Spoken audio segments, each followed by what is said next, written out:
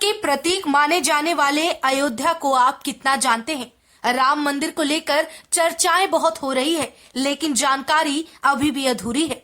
अपने भारत में मौजूद राज्य उत्तर प्रदेश के शहर अयोध्या को हम अभी आधा भी नहीं जान सके, या फिर यूं कहें कि शुरुआत भी नहीं की गई। इस वीडियो में जहां हम बात करेंगे राम मंदिर की एक एक बारीकी, विशेषताओं और जानकारी के बारे में, उससे पहले एक नजर डालेंगे अयोध्या के पतन से लेकर दोबारा विकासशील होते सफर के बारे में। हम जानते हैं कि 1992 वो साल था जब बाबरी मस्जिद को ढहाकर राम मंदिर की नींव रखी जानी थी, लेकिन ये विद्रोह उससे भी कई साल पहले ही शुरू हो गया था। सन 1527 की बात है, जब मुगलों का शासन काल था और बाबर के सेनापति मीर बाकी द्वारा बाबरी मस्जिद बनाई गई थी। सबसे पहले राम मंदिर का विध्वंस उस समय हुआ था और इस वक्त से अयोध्या का पतन भी शुरू हो गया था। फिर आया साल 1722, जब बंगाल के एक नवाब अली वर्दी खान ने व्यापार को बढ़ावा देने के नाम पर राम मंदिर के कुछ ही किलोमीटर दूर एक नया शहर बसाने की शुरुआत कर दी थी। साल 1730 आते आते यानी करीब 8 सालों बाद अवध के सबसे पहले नवाब शहादत अली खान ने उस बसे बसाए शहर का नाम रखा फैजाबाद। उस फैजाबाद को नवाब शहादत अली खान के उत्तराधिकारी सऊद दौला ने अवध की राजधानी फैजाबाद कर दी।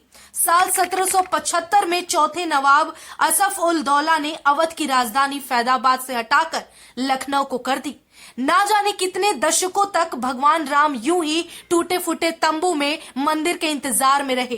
केवल राम मंदिर को ध्वस्त करके और अपनी मनमानी ही नहीं की गई, बल्कि अखंड भारत पर प्रहार करके भारत के टुकड़े करने की कोशिश की गई और लोगों को मानसिक तौर पर बांटना शुरू कर दिया गया था।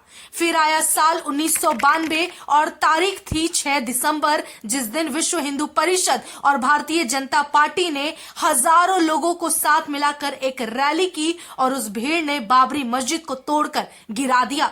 उस वक्त राम मंदिर की रीनींव रखी जानी थी। राम मंदिर जो वर्तमान में बन रहा है वो उसी समय बनने वाला था, लेकिन कुछ कारणवश ऐसा नहीं हो पाया।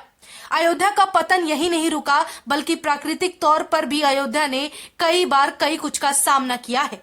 कभी लोगों की नफरत तो कभी बरसती प्रकृति के प्रहार से। तो नदी इस बात की साक्षी है कि अयोध्या ने कब कब अपना विनाश अपने सामने देखा।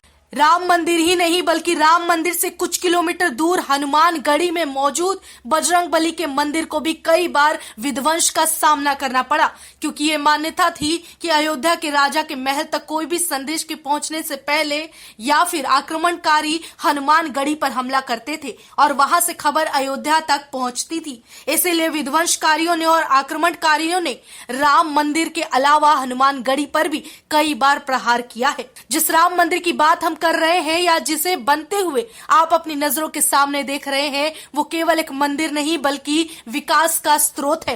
राम मंदिर बनने से ना जाने कितने लोगों का भला होगा और अयोध्या के साथ उत्तर प्रदेश और उत्तर प्रदेश के साथ पूरे भारत का विकास होगा।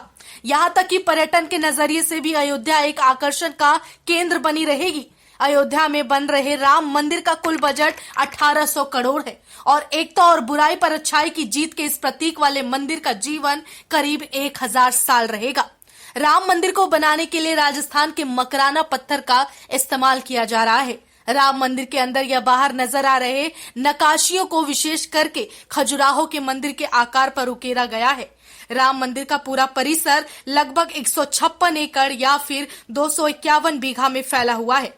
राम मंदिर का पहला मंजिल बनकर तैयार है, जिसका अनावरण 22 जनवरी को किया जाएगा। राम मंदिर का जो पहला तल्ला है वो पूरी तरह से भगवान श्री राम के बाल अवस्था की मूर्ति और उनकी छवियों से भरी हुई है। मंदिर में नजर आने वाले कलाकृति, रखे जाने वाले सामग्रियों का खुद का एक विशेषता और मान्यता। इतना ही नहीं, अयोध्या की राम मंदिर तक पहुंचने के लिए अयोध्या में वर्ल्ड क्लास इंटरनेशनल हवाई अड्डा, फर्स्ट क्लास रेलवे स्टेशन और बेहतरीन सुविधाओं से पर्याप्त बस अड्डा बनाया गया है। अगर सूत्रों की माने तो अयोध्या में बन रहे राम मंदिर परिसर के नाम पर उसके प्रांगण में बेहतर अस्पताल, यूनिवर्सिटी और लोगों की जरूरत से जुड़ी सुविधाओं का भी ध्यान रखा जाएगा।